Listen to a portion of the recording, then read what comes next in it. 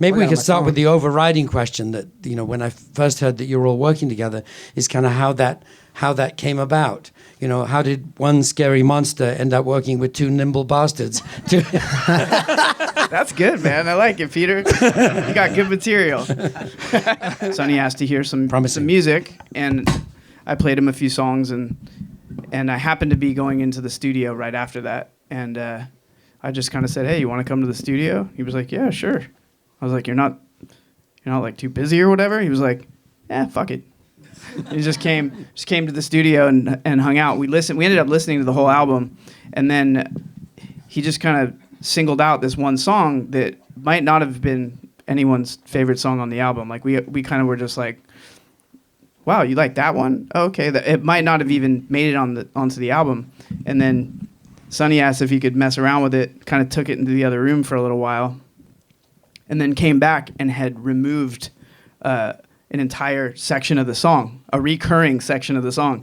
And it was just like, wow, he took that out, but it sounds so much better than it did before, which is what a great producer does, is come in and sort of make decisions about where things should go. And sometimes the artist can't really see what the best thing for the song is. That's why you look for that outside perspective. Like when I DJ, I do a thing called edits. So I'll take songs and restructure them for my DJ set, because when you DJ, you're there witnessing firsthand what structure, how long a structure can hold an audience.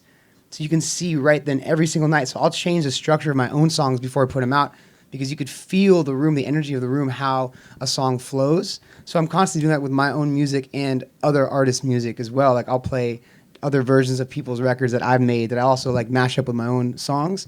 So kind of with that same mentality, you know, hearing a couple of the Incubus songs was just like, hey, if this just changed, if you just swap this or maybe take this part out, the flow would keep you entranced a little bit better. And that's kind of what I did with the first song, Familiar Faces, you know, initially, as well as just, you know, the other side of it is, you know, I came from singing. I'm really sensitive to emotion and melody and vocals. And, you know, with that song in particular, I just heard a really beautiful song. And, you know, one of the main things I did was just kind of bring out the emotion and the relationship between the chords and the leads with Brandon's vocal. And it was just those two things really, you know, and just some stuff to make the drums and the low end sound better. And that's kind of how I approached most of the records, is just how can I bring out more of the emotion in the vocals and in the performance and of the vocals and the relationship between that and the music. The vocals, by the way, are really good. The singing on this album is colossally good. All right. It's amazing. So you've been working on it for quite. What about the background vocals? Sick. Super Dude, sick, killed man. that, Mikey. Thanks, dude. You know, I worked really hard on it. So Save the album. The album was doomed before the background vocals came.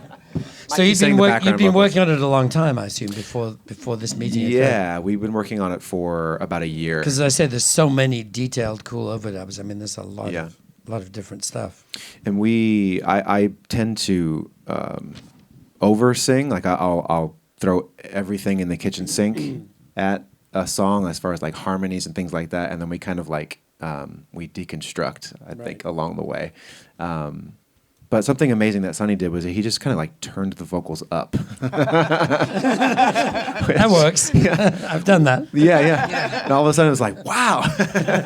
Wow. How'd you do that? I can hear the vocals. Yeah. But that's what it is, the real mixing skill, though, to get the vocals up but still have rock and roll power going on. Yeah. You know, and this, as I say, one of the things I love about this record is the good old-fashioned giant crunchy guitars are all over the place, you know, and they sound great. What's up? This is Monkey from Korn. It's El King. Mark Hoppus. Kendrick Lamar. Tori Kelly. We're Lucas Graham. I'm Chris from Motionless in White. What's up? This is Problem. I'm Lindsay Sterling, and make sure to subscribe so that you can see more videos from incredible artists.